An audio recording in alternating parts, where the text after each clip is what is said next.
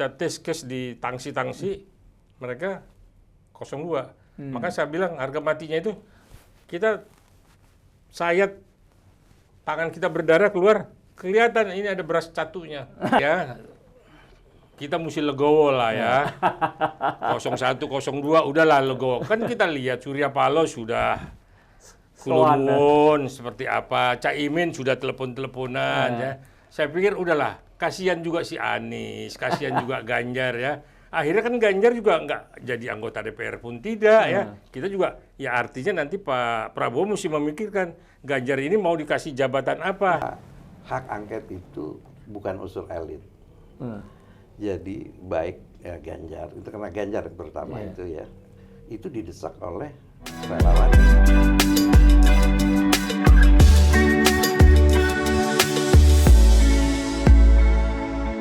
Hai, jumpa lagi kita dengan Podcast 9. Sebuah podcast yang digagas oleh 9 alumni Fakultas Hukum Universitas Indonesia, mengangkat, membeberkan, menguak, dan juga mendiskusikan masalah-masalah hukum dan demokrasi, serta human interest yang melingkarinya ke ruang publik. Podcast 9 bersifat independen, tapi tetap kritis. Hari ini kita akan berbincang-bincang mengenai keadaan setelah pemilu, setelah Pilpres. Ada berbagai pendapat di masyarakat. Ada yang begitu mendukung Prabowo, tapi juga ada pendapat yang mempersoalkan kemenangan, keabsahan, dan sebagainya. Dan untuk itu kita menghadirkan narasumber yang tanda kutip mewakili Prabowo dan narasumber yang mewakili pendapat yang tidak menguntungkan Prabowo. Tapi sebelumnya jangan lupa tegakkan hukum dan berikan keadilan. Nah, sudah hadir di Studio 9 sobat kita Bung Kodri Sitompul atau Bung Ucok. Apa kabar Bung Ucok? Alhamdulillah, baik Bung Wina. Yang penting sehat. Sehat. Dan yang kedua adalah Bung Muara Karta. Apa kabar Bang Karta? Baik, Kang Wina. Baik, ya sehat. Nah, barangkali saya mau mulai dari Bung Karta dulu ya, Bang Cok ya. Anda kan di media sosial tuh gencar banget, pokoknya die hard dari Prabowo gitu ya. Bahwa Prabowo sudah terpilih, harus kita dukung. Nggak ada lagi celah. Gimana Bang pertimbangannya? Ya, bagi saya Prabowo harga mati. Ya. Nggak ada cerita. Artinya memang saya ingin beliau ya, sesudah Jokowi, ini pembangunan diteruskan sama beliau gitu. Dan saya lihat dari sosok yang ada, antara 1, 2, dan 3, adanya di Prabowo menurut saya ya. Makanya saya bilang kalau saya harga mati untuk beliau, saya pikir sah-sah aja. Pengertian harga mati itu apa tuh Bang? Jadi harga mati bagi saya itu kebetulan memang saya banyak teman-teman ya yang memang ada di satu organisasi keluarga besar TNI ya, TNI Polri ya. Saya kebetulan juga ketua umum di situ. Ketika ada organisasi besar juga yang memang bernaung di bawah keluarga besar Purnawirawan TNI Polri juga gitu. Ketika dia tidak memberikan dukungan, ya saya bilang tidak memberikan dukungan karena memang no comment sampai hari ini pun kayaknya keberatan. Kalau Prabowo, kalau Purnawirawan itu tidak satu suara, Bang. Ada ke Prabowo. Beda putra-putrinya, putra-putrinya dengan Purnawirawan. Iya. Kalau Purnawirawan kan bekas militer aktif, pensiun kan, Purnawirawan. Kalau putra-putrinya dari yang tua sampai muda itu putra-putri. Dari anak-anak Purnawirawan ataupun anak-anak TNI ataupun anak-anak Polri. Nah, ketika mereka tidak memberikan dukungan ke Prabowo, saya dengan organisasi saya kita nyatakan mendukung. Apapun kita dukung sampai kita ke daerah-daerah. Tapi itu bukan efek KPPI kan, Bang? Bukan, di luar itu. Ini keluarga besar putra-putri Purnawirawan TNI Polri. Oh. Jadi anak-anaknya Purnawirawan ya, Pak? Tidak. Selain anak-anak Purnawirawan, anak-anak dari TNI aktif dan sipil yang masih aktif juga, sipil TNI kan ada sipil dan Polri kan, itu juga anak-anaknya bahagian dari keluarga besar TNI Polri. Emang solid tuh Bang, satu suara gitu. Solid. Kalau saya melihat solid. Ya. Jadi beda dengan FKPPI. Iya. Ya. Kalau kita solid dan itu kita test case di asrama, kita test case di tangsi-tangsi, mereka 02. Maka saya bilang harga matinya itu kita sayat tangan kita berdarah keluar, kelihatan ini ada beras catunya. Artinya beras yang memang kita nikmati sejak lahir sampai kita tua seperti ini. Oke. Sebelum kita diskusi, saya ke Bang Ucok. Bang Ucok itu kan masih banyak problem nih katanya. Ada dugaan kecurangan sistematis, masif, struktural dan sebagainya. Termasuk kemungkinan digulirkan ya hak angket. Tuh. Bang Ucok juga nih kan, Bang Ucok juga bersuara cukup lantang. Sama lah dengan Bang Marakarta. Gimana melihatnya nih? Jadi saya mau secara ininya dulu, backgroundnya dulu ya. Ini kan pemilu ini kan sebenarnya suatu hal yang sangat penting di dalam kehidupan demokrasi. Salah satu yang sangat penting itu demokrasi. Banyak ada lagi unsur-unsur lain ya. Tapi kita bicara khusus ke pemilu. Karena pemilu inilah yang menentukan pemimpin. Pemimpinnya itulah yang menentukan ini. Jadi demokrasi, karena salah satunya demokrasi itu yang itu adalah pemilihan umum yang secara reguler, jujur dan adil, dan ini menunjukkan bahwa adanya kedaulatan rakyat itu di situ. Nah, jadi kita mesti betul-betul pemilu ini, gitu. Karena kan sebenarnya kan sejak kita merdeka kan kita menginginkan negara ini mencapai cita-cita tujuannya, ya kan, yang sebagaimana di paragraf terakhir di dalam pembukaan Undang-Undang Dasar ya. Nah, kita mau masyarakat adil makmur, ya kan. Terus kemudian menciptakan keamanan itu berdasarkan Pancasila. Nah, jadi tujuannya itu gitu. Nah, tapi kan dalam sejarah ada ya penyimpangan karena mungkin apa ya, pada waktu itu terpaksa diadakan penyimpangan lah. Ya kita tahu di zamannya tahun 50-an ya kita menyimpang yang dari sisi presidensial ke parlementer, terus daerahnya Soekarno, daerahnya Soeharto. Nah, setelah kita menghadapi 3 periode itu kan kita menginginkan yang betul-betul yang kita negara yang di yang kita cita-citakan gitu ya di dalam, yaitu kita setelah reformasi itu. Nah, reformasi itu kan kita sebenarnya tujuannya itu kan sebenarnya bukan demokrasi. Demokrasi itu kan hanya alat, ya kan. Jadi yang kita inginkan itu tercapainya cita-cita. Salah satu yang cita-cita yang diinginkan adalah selain kesejahteraan itu kan ada perlindungan dan pengakuan dan perlindungan hak asasi manusia, ya di mana juga pers juga tadi. Nah, itulah yang sebenarnya kita harapkan. Nah, dari pilihan-pilihan cara untuk mencapai cita-cita itu, kebanyakan dunia sekarang itu adalah demokrasi. Sedikit, hampir keseluruhan dunia ini menganut prinsip demokrasi. Tapi kan demokrasi itu macam-macam. Tidak ini. Nah, yang kita inginkan itu demokrasi yang kita ideal. Ya, kita harap kita betul-betul supaya kita selain kita mencapai negara, kita mengejar ketinggalan. Ya, mengejar ketinggalan dari bangsa lain. Kita mencoba mengurangi, kalau bisa menghapus kemiskinan, kebodohan, ya kan. Nah, jadi karena masyarakat kita ini dari kita merdeka itu kan terjadi majemuk sekali. Ada yang sangat pintar, ada yang nggak pernah sekolah, terus ada yang sangat kaya, ada yang jadi ini kan kita mau coba. Nah, salah satu caranya itu kan kita adalah merubah konstitusi waktu itu kita ya. Walaupun misalnya ada perdebatan, ada yang ingin kembali ke aslinya gitu ya. Tetapi kan yang kita inginkan satu prinsip, saya kira di pasal 1 ya, pasal 1 ayat 1, ayat 2, ayat 3 Undang-Undang Dasar. Pertama pasal 1 ayat 1 nyatakan negara kita itu adalah republik. Artinya negara itu dipimpin oleh suatu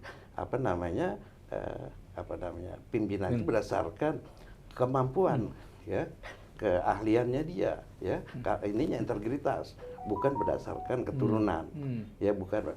Kedua, di ayat keduanya dibilang negara kita adalah kedaulatan rakyat. Nah, kedaulatan rakyat itu adalah prinsip dasar dari demokrasi. Ya, kemudian di ayat 3 ini kita adalah negara hukum. Nah, di dalam teori negara hukum itu kan macam-macam. Salah satunya pembatasan kekuasaan, pengakuan hak asasi. Tentu pembatasan kekuasaan dan hak asasi itu tujuannya adalah untuk mensejahterakan rakyat dan adil, keadilannya seperti ini gitu loh. Nah, di dalam negara kita kalau secara teorinya ya pasal 1 itu adalah azas konstitusionalisme, ya, artinya karena di ayat 3 itu negara hukum. Di dalam prinsip negara konstitusionalisme itu adalah bagaimana negara itu dikontrol oleh rakyat, ya, dikontrol oleh rakyat macam-macam. Ada parlemen, ya kan, kemudian juga pers, ada ya masyarakat sipil, ya kan, itu adalah satu bentuk-bentuk partisipasi, ya, partisipasi itu adalah satu bentuk kedaulatan rakyat. Nah, kemudian kita tahu presiden itu dipilih secara langsung, tapi kita tahu juga di dalam pasal 7A ya, itu dinyatakan presiden bisa diberhentikan, ya, apabila dia sungguh melanggar ideologi negara, melanggar hukum, atau tercela, atau terakhir sudah tidak memenuhi syarat sebagai presiden, ya kan? Caranya itu diatur dalam ini. Nah, sekarang negara kita ini menganut teori politik atau tidak? Itu kita secara tidak langsung, ya, kita menganut.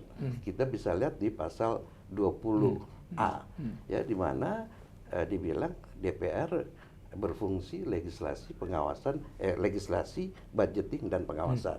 Nah, di pasal 2-nya, ya, di ayat 2-nya di pasal 20 dikatakan pengawasan itu ada bentuk, ya, berupa interpelasi, angket dan penyampaian pendapat. HMP itu hak menyatakan pendapat.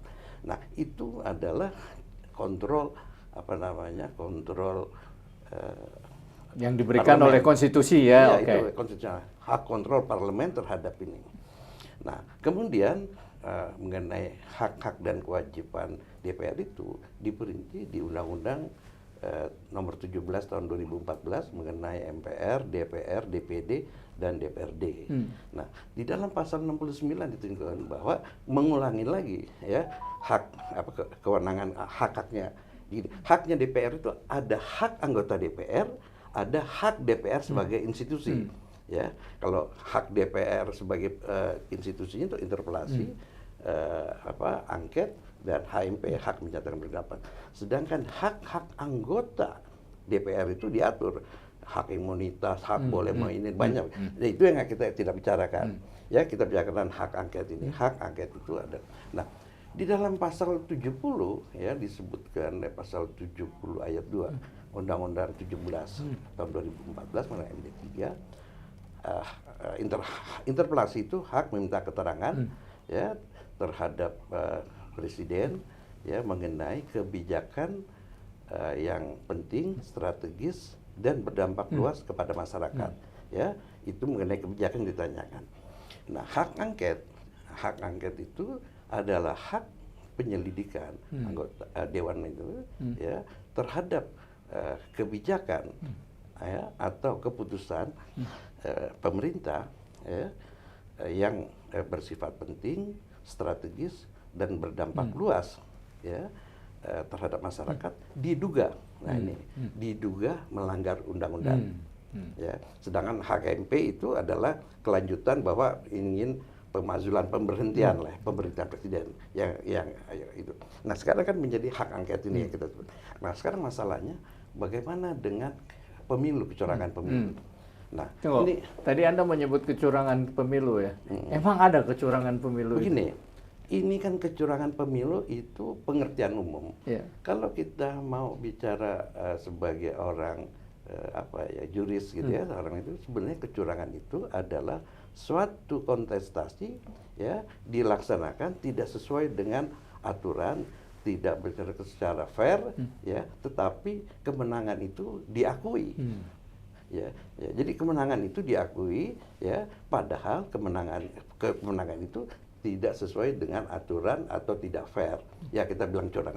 Ini kan ada dugaan sebetulnya. Ya. Nah, menurut Bung Ucok, kemenangan yang sekarang ini sesuai dengan undang-undang, fair atau tidak? Nah, begini, saya sebelum sampai ke sana ya.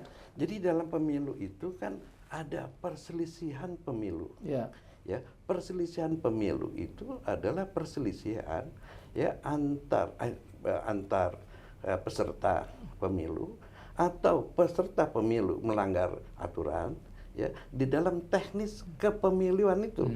Ya, mulai dari administrasi sampai penghitungan, ya, pencoblosan sampai penghitungan itu penghitungan ya, atau misalnya konflik ya antar peserta ya, sejauh mengenai ini. Nah, itu satu.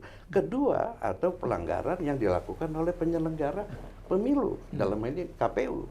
Ya kan, penyelenggara pemilu itu selain KPU ada Bawaslu dan DKPP. Ya, itu memang diatur oleh Undang-Undang Nomor 7. Ya, Undang-Undang Nomor 7 tahun 2017 mengenai pemilu. Itu disebutkan bahwa kalau ada sengketa, perselisihan, apapun pelanggaran yang kepemiluan itu melalui proses yang kita sebut Panwaslu, Bawaslu, kalau misalnya itu dibawa ke DKPP, terus kalau nggak puas bawa ke MK. Nah, kalau MK bukannya hanya perselisihan? Bisa. Selain itu, MK itu pernah mengeluarkan keputusan kalau ada pelanggaran kecurangan atau pelanggaran yang bersifat terstruktur, sistematis dan masif, ya itu bisa diperiksa. Padahal kan kalau kita lihat Undang-Undang Dasar dan Undang-Undang MK itu kan mengenai perselisihan kepemiluan itu loh, ya bukan yang TSM itu terstruktur, tapi putusan Mahkamah Konstitusi membuka peluang Mahkamah Konstitusi, walaupun itu kontroversi, loh kok MK bikin aturan buat dirinya sendiri gitu, tapi itu udah diterima. Oke, Bung Ucok, dari uraian Anda, sebenarnya apa yang ingin Anda katakan? Nah begini, satu yang sebelum selesai ini, kan sekarang kita hak angket. Nah, hak angket itu, ya subjek dan objeknya beda. Ya, objeknya mungkin sama, subjeknya beda. Subjek dari terhadap hak angket itu adalah pemerintah. Ya, kenapa pemerintah mengeluarkan kebijakan atau diduga dia melanggar aturan, ya undang-undang, diduga loh, ya kan? Karena kalau nanti dugaan itu benar dibawa ke DPR terserah apa mau diteruskan ke HEP atau tidak. Nah, jadi yang saya mau katakan di sini gitu, ada perdebatan. Ya katakan ada yang menyatakan loh kan kalau mengenai perselisihan kecurangan dan ini dibawa dong dengan aturan yang ada berdasarkan Undang-Undang 17, Undang-Undang 17 mengenai pemilu. Nah, sedangkan orang yang melihat kayak begini, yang lain lagi melihat pemerintahnya gitu. Pemerintah dianggap membuat suatu kebijakan yang menguntungkan salah satu paslon atau satu partai. Ya kan? Ini yang menjadi ini. Nah, menurut Anda sendiri berdasarkan hal itu, kan ada yang berpendapat hak angket ini walaupun tujuannya adalah menyelidiki, tetapi pada akhirnya akan menyatakan secara politis bahwa ini pemilu nggak benar nih, gitu ya. Dan kemungkinan pemaksulan akhirnya. Loh ya bukan. Jadi begini, kita mesti perjelas dulu ya. Kalau hak angket ini untuk menyatakan pemerintah ya tidak melakukan atau membuat kebijakan tidak sesuai dengan aturan sehubungan dengan pemilu. Dia pemerintah ini ya apakah dia budgetnya atau pengondisi itu ya. Karena diduga kan ada dugaan penggunaan aparatur ya kepolisian, aparatur TNI dan aparatur ASN gitu. Ini kan duga. Jadi ini baru dugaan. Belum tentu betul kan? Ya kan? Jadi ini saya kira ada orang bilang ini kan sebenarnya aspek politik dari kepemiluan. Sedangkan yang dibicarakan di dalam itu adalah praktek atau teknis kepemiluan ini. Jadi ada dua hal yang berbeda gitu loh. Ya, sebenarnya beberapa ahli hukum ya termasuk ya senior teman-teman kita jauh-jauh menyatakan sebenarnya betul hak DPR itu ada hak, tetapi dilihat kan untuk apa menghabiskan waktu dan ini itu kan dilihat ini dianggap buang-buang energi, buang waktu, tapi kan ini soal kebenaran orang mencari dan ini kan menyangkut politik nih Bang Karta. Nah, kalau gitu saya ke Bang Karta. Gimana menanggapi uraian Bung Ucok itu dari berbagai sisi tadi? Ya, kalau saya kan tadi saya katakan Prabowo bagi saya is the best, ya terbaik di antara 1 dan 3. Perjalanan ini sampai pencoblosan, saya lihat masih ada legal standingnya ya, artinya masih memenuhi persyaratan, mulai dari MK Anwar Usman mengabulkan gugatan mengenai umur, akhirnya MK di MK kan, artinya melanggar kode etik, tetapi putusannya itu kan tidak dibatalkan, dan dia memang final dan tetap, sehingga hasil MK yang tempo hari di MK kan dibawa ke KPU, di KPU kan diterima sebagai calon wakil presiden. Nah, artinya di sini karena saya melihat itu KPU merupakan lembaga independen ya yang tidak boleh diintervensi. Nah, KPU dengan rumah tangganya berjalan. Di atas KPU itu kan memang ada Bawaslu, ada DKPP. Kok Bawaslu dan DKPP itu suaranya lamban. Kalau saya bilang lamban ya gitu. Nah, sehingga terjadilah pencoblosan. Pencoblosan itu ya ada yang bilang negatif, ada yang bilang positif. Artinya ini tergantung masyarakat. Kalau ya. menurut Bung Karta sendiri kan banyak ketidakpuasan di masyarakat nih. Ada memakai aparatur negara, ya kan, kemudian memakai bansos untuk tujuan pribadi, untuk tujuan kepentingan capres, sehingga mulai timbul pro dan kontra. Pro kontra dan hak angket gitu yang akan mempertanyakan gimana. Ya, kalau saya masih melihat bahwa ini masih normal ya. Masih dalam koridor yang sesuai dengan aturan dan undang-undang gitu. Boleh aja sebagian yang tidak puas dengan hasil pencoblosan, mulai dari perjalanan sampai pencoblosan tidak puas. Tapi kita lihat siapa itu yang tidak puas. Itu kan mereka ada di 01, ada di 03. Kenapa tidak puas? Karena memang tertinggal jauh dari angka itu. Sehingga itulah tadi banyak komentar yang miring kan, yang 01 bilang bagaimana, 03 bagaimana. Jadi ini, menurut nanti Bung dulu, Karta, nanti dulu. Ini yang membuat rakyat di bawah bingung, ya. Tapi sementara dari quick count kan ini terus meroket. Sampai hari ini kalau nggak salah sudah hampir 60% ya meninggalkan 0102. Saya pikir inilah yang nanti kita tunggu di 20 Maret ya. Yang sebenarnya seperti apa? Kalau ada yang keberatan, ada yang tidak sependapat, ya silakan melalui mekanisme lembaga hukumnya itu kan ada MK. Kalau tidak puas mungkin ragu dengan MK katanya itu nanti sebagai apa? Karena ada siapa di situ? Ya kan ada Senayan. Senayan tinggal hitung cukup nggak kursinya, ya? Karena terakhir yang saya dengar nih Nasdem, PKB sudah mulai miring ke KIM. Nah, artinya jangan sampai hak angket dibuat, tapi kan mubazir, tidak ada pendukungnya. Hanya tidak melebihi daripada 20 atau 30% kursi yang ada di Senayan. Jadi menurut Bung Karta, reaksi ini timbul karena mereka kalah jauh dan karena cuma tertinggal. Hak angket kayak itu cuma hiruk pikuk politik aja, bikin gaduh aja. Iya, saya pikir seperti itulah. Terus ada lagi yang mau bikin parlemen di jalanan. Iya, silakan aja. Tapi kan di sini kan ada pihak kepolisian ya. Dan seperti apa dia mau bikin parlemen jalanan, ya itu haknya lah ya. Sepanjang dia tidak puas dengan hasil pemilu. Jadi pro dan kontra itu selalu ada di negara demokrasi. Gimana Bung Ucok menanggapi? Ya begini, sebenarnya ya kekisruhan pemilu ini ya dimulai ketika ada putusan MK 90 itu. 90 tahun 2023 yang menetapkan bahwa orang yang sudah mengikuti pilkada secara langsung boleh mencalonkan diri kan. Dari situ kemudian Gibran lolos. Tapi saya kira saat ini kan kita nggak mau bicara itu ya, banyak soal ini. Tapi yang sangat prinsip tadi Bang Karta itu mengenai bahwa sudah ada MK-MK gitu ya. MK-MK itu adalah mengadili masalah etikanya. Nah, kita tahu bahwa yang dimasalahkan orang itu adalah putusan MK-nya itu. Nah, kan kita tahu menurut Undang-Undang Mahkamah Konstitusi, putusan Mahkamah Konstitusi berlaku sejak diputuskan ya, dan bersifat tetap ya, final ya, dan mengikat. Nah, jadi nggak ada soalnya. Tapi kita ingat bahwa kita punya Undang-Undang Nomor 48 tahun 2009 mengenai kekuasaan kehakiman.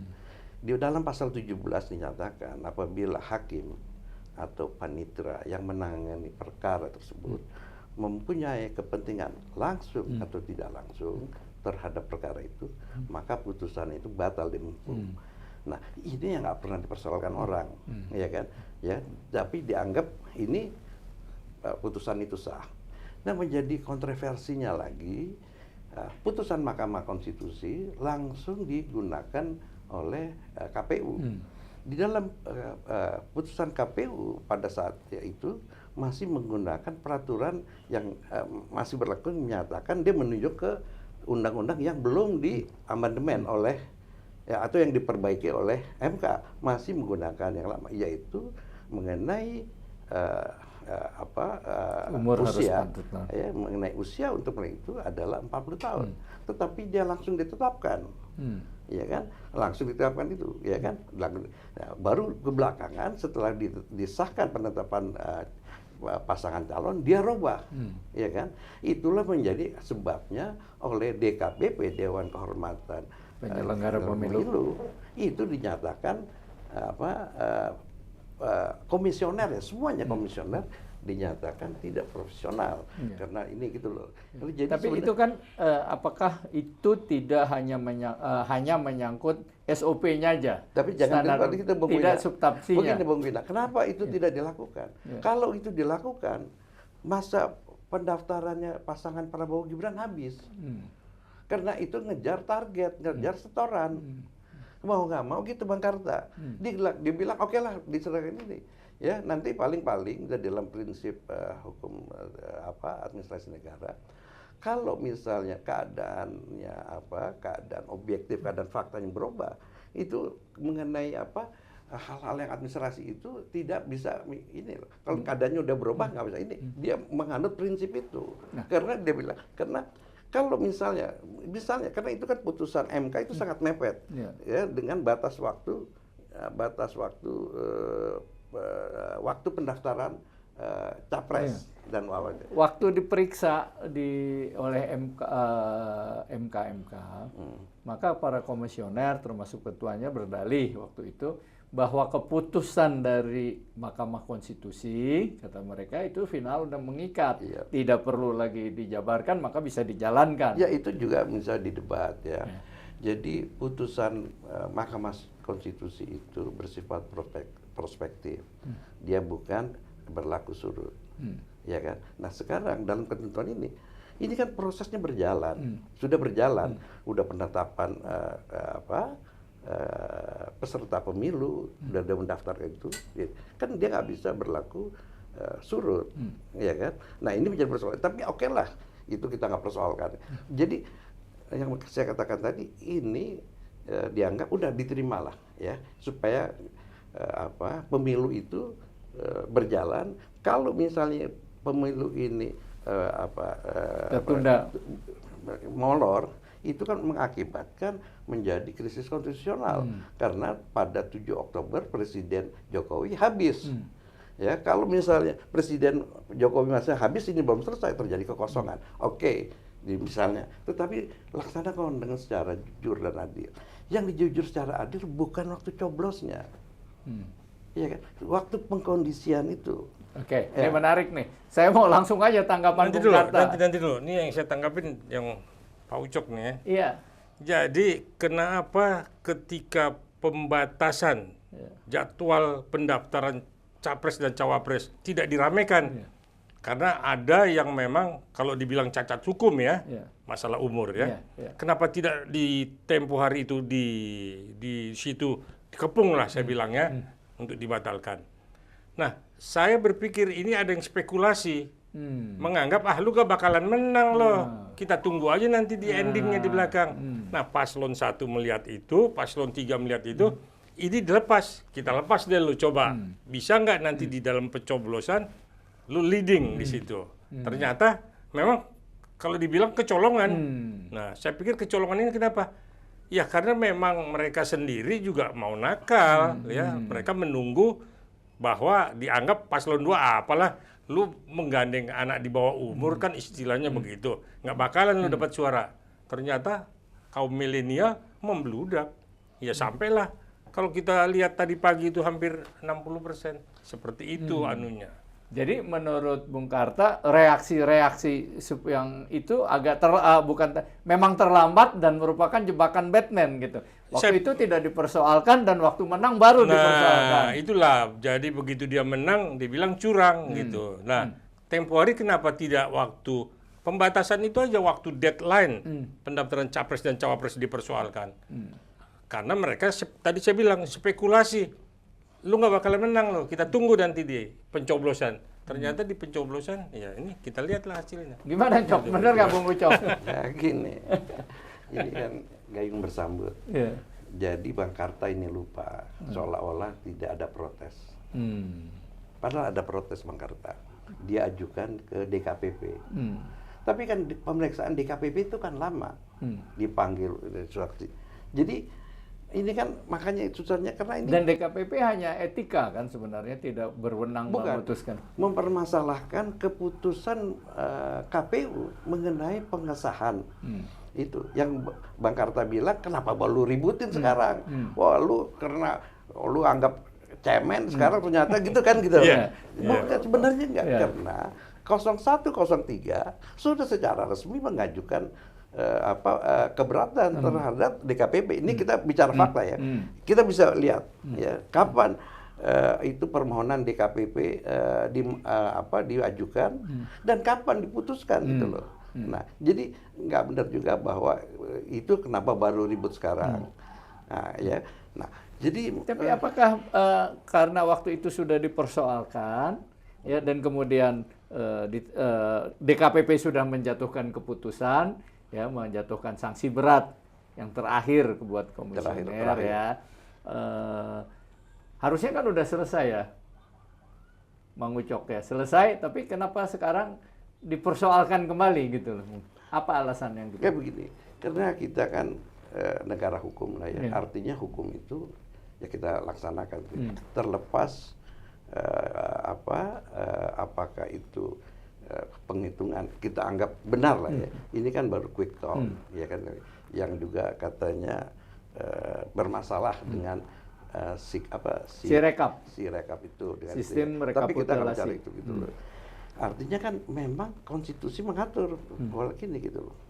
Ya kan hak DPR. Tapi begini juga Bang Karta. Kan Bang Karta tadi bilang sebagian Nasdem udah ada yang masuk angin, ada ini. Ya, masuk angin ya Bung Ucok anggap. Termasuk PKB.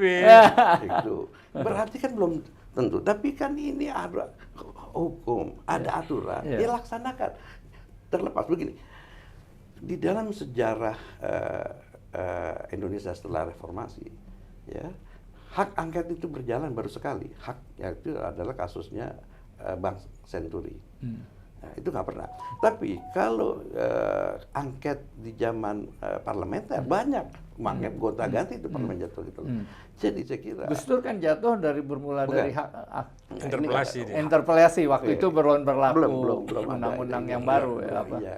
Jadi saya kira ini kan kita juga sebagai bangsa segitu pelajaran. Saya mendorong ya supaya ini hak angket itu jalan, kita mau lihat bagaimana ininya. Tentu begini juga kan antara masyarakat sipil ya katakan parlemen jalanan gitu. Ya bukan parlemen jalanan nih Bang Karta. DPR fraksi jalanan. Ya kan? Jadi ini menginginkan anggota partai didesak jangan rakyat itu diombang-ambing dimainkan itu loh. Maksudnya gimana nih Bang Ucok, Karena rakyat begini kan, diombang-ambing? Karena rakyat menginginkan hak angket itu dilakukan. Ya. Terlepas nanti disahkan di sidang pleno atau tidak, itu soal lain. Rakyat itu menginginkan, laksanakan dong. Ya, hak angket karena ini adalah memang konstitusi mengaturnya. Ya, jadi sebenarnya kelihatannya sama objeknya itu, tapi kan subjeknya beda. Dan objek yang disengketakan itu lain, bukan soal perselisihan itu, tetapi objeknya itu ada undang-undang kebijakan yang diduga melanggar undang-undang gitu. Jadi kalau perselisihan hasil pemilu itu kan pasti ke MK. MK. Tapi yang maksudnya Bang Ucok ini adalah bukan perselisihan perolehan suara, tetapi adalah penyelenggaraan pemilunya gitu. Iya, yang diduga ada kemungkinan curang. Bukan penyelenggaraan pemilu, pemerintah mengeluarkan kebijakan atau peraturan yang diduga, tentu kaitannya dengan pemilu, yang diduga melanggar ini. Jadi memang ada kaitannya, tapi bukan. Kira-kira pelanggaran apa yang dilakukan oleh pemerintah? Yang tadi saya katakan tadi kan ada semacam ini terstruktur, ya kan? Ya begini, menurut undang-undang kepolisian, kepolisian itu di bawah presiden, ya kan? Kita tahu ya, ini akhirnya kan kita duganya itu ya banyak aparat desa dipanggil sama kepolisian, ya kan? Banyak saksinya kan gitu, ya kan? Yang dinyatakan mau dukung nggak ini, kalau nggak sepersoalkan, itu kan ada saksinya. Yang lebih kasat mata itu adalah petinggi polisi di Semarang mendatangi guru besar dan rektor-rektor, suruh memberikan testimoni untuk menangkan itu. Ini kan sebenarnya ini diduga bahwa ada terstruktur, ya. Dari kan paling kecil pangkatnya Kombes, pasti ada Kapolda, pasti ada Kapolri. Di atasnya Kapolri siapa? Presiden.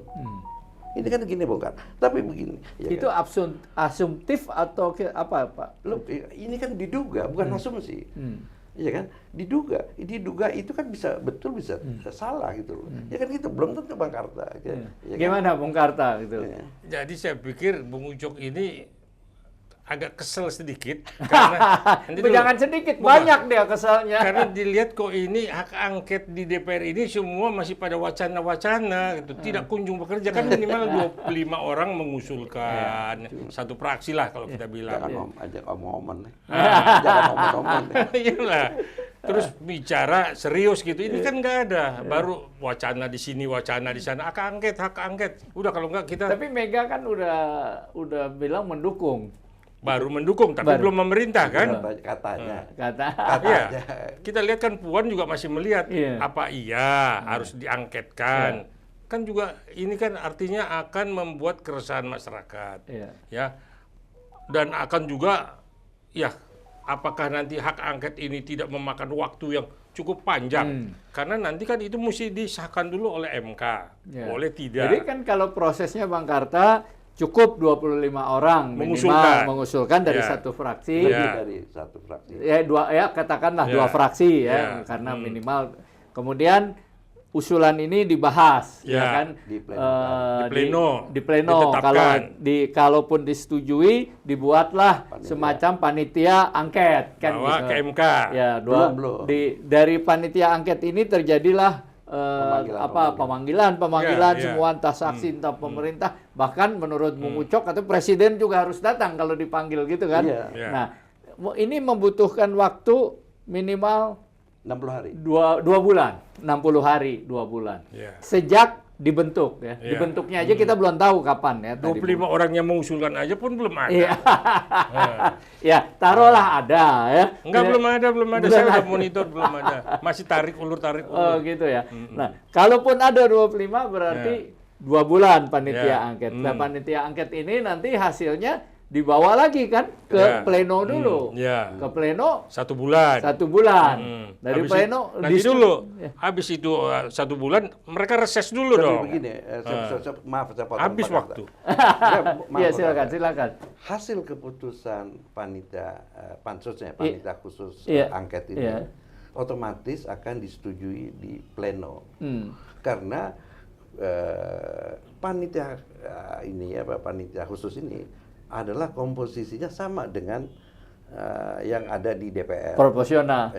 Proporsional kayak gitu. Yang sebenarnya yang kritikal itu adalah pengesahannya. Iya. Ya kan, kan harus dihadiri lebih dari setengah dan disetujui kalau ada voting. Itu kan mengenai apa namanya kehadirannya ya. Ya, kehadirannya itu harus setengah lebih, ya kan? Dan keputusannya harus juga setengah persen. Jadi yang kritikal ini, jadi yang kritikal ini adalah diajukannya betul serius diajukan permohonan panitia angket dan sampai disahkannya panitia angket. Tapi kalau sudah disahkan panitia angket itu sudah ini kan? Ya, tapi kan ini politik nih, Bung Ucok. Waktu 25 katakanlah ini, kemudian dibentuk panitia angket ya. Kalau sebelum dibentuk panitia angket pasti berantem dulu nih lembaga politik nih ya, ini setuju apa itu bisa panjang lagi itu. Dibentuk panitia angket, kepanitiaannya pun udah ribut lagi itu, komposisinya apalagi ini pendapatnya kan bisa bisa terus katakanlah terus ya, masuk lagi ke sidang untuk 60 hari. Ya 60 hari. Sidang kan nggak sesederhana itu walaupun sebenarnya harus udah mengikuti, tapi sidang bisa mengatakan ya macam-macam lah. Taruhlah kalau sidang setuju ke MK dulu kan? Iya. Ke MK 1 bulan, 2 bulan lagi ya. 2 bulan balik lagi ke disetujui DPR. Apa yang sudah disetujui oleh MK bisa dimentahkan juga di DPR, ya kan mekanismenya. Jadi nanti itu pun kembalinya sesudah November tahun 2024. Tanggal 20 Oktober sudah ada serah terima jabatan ya presiden. itu maksud saya waktunya banyak panjang ya, sehingga dari sini kan masih ke DPR baru ke MPR lagi kan, MPR lagi panjang. Nah, ini kan ada 2 persoalan. Satu masalah waktunya, Bung Karta. Kedua, ini kalau Bung Karta kan concern ke waktu buat apalah dibikin tuh gaduh aja nggak ada gunanya. Tapi kalau Bung Upra kan mungkin lebih ke substansi. Ini hak yang diberikan oleh konstitusi. Laksanain aja. Nah, ini gimana nih perbedaan? Jadi saya pikir ya, kita mesti legowo lah ya. 01, 02 udahlah legowo. Kan kita lihat Surya Paloh sudah kulun seperti apa. Cak Imin sudah telepon-teleponan ya. Saya pikir udahlah, kasihan juga si Anies, kasihan juga Ganjar ya. Akhirnya kan Ganjar juga nggak jadi anggota DPR pun tidak ya. Kita juga ya artinya nanti Pak Prabowo mesti memikirkan Ganjar ini mau dikasih jabatan apa, kan begitu. Harus ya Pak? Ya haruslah, Anies semua dirangkul lah. Udah kita ini negara yang majemuk, ya udah rangkul semua. Kalau gitu kalau nggak ada oposisi nanti gimana tuh? Ya oposisi tetap ada. Ya kan PDIP pasti oposisi lah ya. Nah jadi kan oposisi yang memang menjadi penyeimbang, check and balance lah ya. Semua akan dirangkul supaya tidak ada memang perpecahan di antara masyarakat itu. Ini kan yang ribut di atas, pengaruhnya kan ke bawah. Rakyat langsung sekarang aja udah ribut nggak makan, yang tadinya makan 1 hari 3 kali udah cuma makan sekali karena beras naik katanya kan. Nah inilah yang kita buru-buru selesaikan politik supaya memang ketahanan pangan. Jadi menurut Bung Karta, daripada kita ribut-ribut yang soal pemilu ini akan banyak waktu, lebih baik kita selesaikanlah masalah-masalah yang menyangkut rakyat. Iya, ini kan rakyat cuma urusan perut aja. Gimana mau ngucap? Begini, pertama ya, bahwa hak angket itu bukan unsur elit. Jadi baik ya Ganjar, itu karena Ganjar pertama itu ya, itu didesak oleh relawannya. Karena pendukung-pendukung PDI yang diehard itu merasa nggak terima Solo sebagai kandang banteng, ya di ini kan gitu ya, dihianati sama orang Solo sendiri. Orang Jawa Tengah pun Ganjar kalah sebelum Jawa Tengah. Ini kan kita bicara Solonya dulu, ya kan? Ya Solo sebagai kandang banteng terakhir, ya dikalahin sama orang Banteng sendiri yang dia berkuasa karena Banteng gitu. Sakit hatinya berkali-kali nih jadi ini mereka lah yang mendesak Ganjar untuk menyatakan menggunakan hak angket itu satu. Terus kedua begini, Bang Karta, saya setuju bahwa kita harus ada, bahwa pemilu ini kan hanya satu mekanisme untuk tetapi dengan syarat bahwa harus jujur, nggak ada yang bisa ya supaya ini buat perbaikan. Jangan setiap pemilu itu kecurangan, bukan kecurangan, ya bahasa tapi kalau orang hukum bilang artinya harus ada peningkatan demokrasi gitu ya, penyelenggaraan berkualitas. Begini juga. Jadi ada ungkapan ya kita cinta kedamaian, tapi kita lebih cinta keadilan. Nah gitu loh. Ya kita mau damai, tapi yang adil dong. Nah gitu loh. Ya. Nah, jadi saya mau tanya nih, Bung Ucok, sebenarnya kayak hak angket kayak apa-apa itu adalah ketidaksetujuan atau ketidakdukungan terhadap Presiden Jokowi ya sebagai pemerintahan yang menyelenggarakan pemilu, atau ketidaksetujuan atas terpilihnya Prabowo sebagai presiden, atau kedua-duanya. Begini, saya bicara ada dua aspek. Dari hukum, kita nggak bisa bilang itu. Mau siapapun, kita bicara hukum ya as it is gitu. Tetapi di dalam praktisnya, ya, secara sosiologisnya, bisa jadi ini bahwa maaf nih ya, saya jawab ini ketidaksukaan terhadap Jokowi. Jokowi ini dianggap sudah keterlaluan gitu, ya, menggunakan iparnya untuk mengesahkan anaknya sebagai jadi capres. Dia menggunakan begini ya, ini bansos ya, saya bilang bansos ini kasihan Ibu Sri Mulyani. Saya bilang ini, ya pertama gini, untuk bansos yang gini menggunakan anggaran tahun APBN 2024, ya 2024 itu nggak ada mata anggaran bansos, tapi memang untuk ini karena ada apa namanya El Nino, ada paceklik itu ada, tapi itu namanya bukan bansos yang seperti ini ya, itu bantuan karena kekeringan El Nino dan bantuan ya itu pun tidak cukup. Yang diambil itu adalah 5% dari anggaran kementerian dan LK, lembaga negara. Secara otomatis diambil 5%. Itu sudah melanggar aturan administrasi. Dan itu sudah pasti kalau terbukti itu nanti terlepas kalau hak angket ini, kalau misalnya ini ya, orang akan nuntut nih Mbak Karta nih. Setelah ini masih ada tuntutan lagi nih, ya kan? Ya, ada tuntutan lagi. Itu sudah melanggar pasal 3. Nggak usah pasal 3 Undang-Undang Korupsi. Okay. Ya. Jadi yang menyalahkan kewenangan merugikan keuangan negara. Ya, jadi nggak ada urusannya dengan memperkaya diri sendiri, orang lain atau korporasi, nggak ada. Dia merugikan keuangan negara dengan cara melanggar kewenangan dan tidak punya kewenangan itu. Jadi itu yang saya kira yang paling khawatir di sini ini adalah Ibu Sri Mulyani, kasihan, ya, bahwa dia, dan nanti kan Ibu Sri Mulyani kita nggak tahu.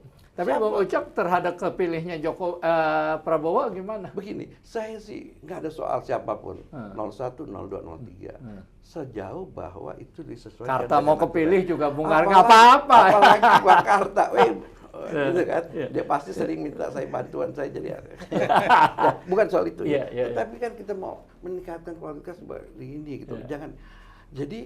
Jangan seperti preman pasar gitu loh. Ya kan, diambil dulu orang kayak begini, diribut gini, ada gua kembaliin gitu. Itu jangan. Jadi kita nggak mau kayak begitu. Oke, Bung Karta, gimana reaksi Anda? Ya, saya pikir apa yang disampaikan Bung Ucok itu kan, artinya Bung Ucok udah tahu di siapa yang akan menjadi presiden. Cuman beliau agak malu-malu menyampaikannya karena masih tetap di koridor konstitusional. Yang katanya masih ada hal-hal yang memang legal standingnya itu belum terpenuhi. Tapi kalau saya pribadi, udahlah, kita semua bersatu ya, kita semua berdamai. Kasihan yang di bawah itu aja lah. Udah, kalau sudah memang angkanya melebihi dan sudah memang satu putaran, ya udah, nggak usah lagi mesti hiruk pikuk riuh kemana-mana. Kita akuin aja bahwa Prabowo pemenang. Gimana Bung Ucok? Enggak, saya nggak ada masalah ya kalau betul hitungannya betul gitu, ya kan? Tapi hitungan betul yang dibilang pemilihan itu bukan hanya pencoblosan. Mekanisme prosesnya rangkaian. Bagaimana orang mencoblos? Apakah dia dengan sukarela? Apa betul dia dengan pilihannya dia sendiri? Ya kan? Atau karena ada hal yang lain? Tapi kenapa kalau nggak itu diajukan aja sebagai bukti? Begini, Bung Wina, itu akan sulit membuktiinnya.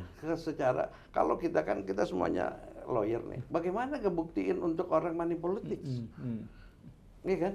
Nah ini saya kira juga, saya nggak tahu ya, tapi secara teoritis ini hasil pemeriksaan angket itu akan dipakai untuk MK.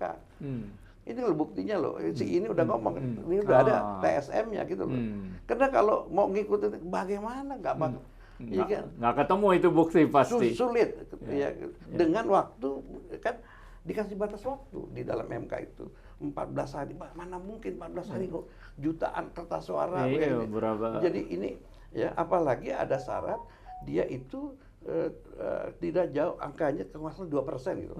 Ya, kalau angkanya udah lebih 2%, itu akan ditolak. Jadi bilang, lu buat apa udah lebih, kalaupun lu masalahin nggak memenuhi syarat itu. Jadi ini, Bang Karta ini, udah disiapin nih permainan gitu loh. Iya kan, dari permainan dari mau minta 3 kali perpanjang, minta 3 kali periode, gagal, ya kan, minta perpanjang, gagal, terakhir kali ini begini. Sekarang yang ini harus menang, nggak bisa enggak, karena udah kalau kalah resikonya gitu loh. Jadi begini Bang Karta, tadi waktu kita off air nih, saya sungguh ditanya nih, presidennya itu calon presidennya Prabowo apa Jokowi? Iya, kan kita lihat yang memang dicoblos itu kan di dalam kertas suara itu kan cuma ada gambarnya Prabowo sama Gibran. Ya, tapi kan jadi Bang Ucok mungkin hanya harus merekomendasikan Pak Prabowo dan Gibran untuk 2029 nanti demokrasi harus benar-benar ditegakkan. Paling rekomendasi, kalau untuk membatalkan udah nggak mungkin lah. Pasti yang terjadi kesalahpahaman, akhirnya jadi korban rakyat. Nah, jadi saya pikir rekomendasi aja sesudah beliau duduk, ya sudah, ekonomi, demokrasi benar-benar diperbaikin. Saya pikir itu paling tepat.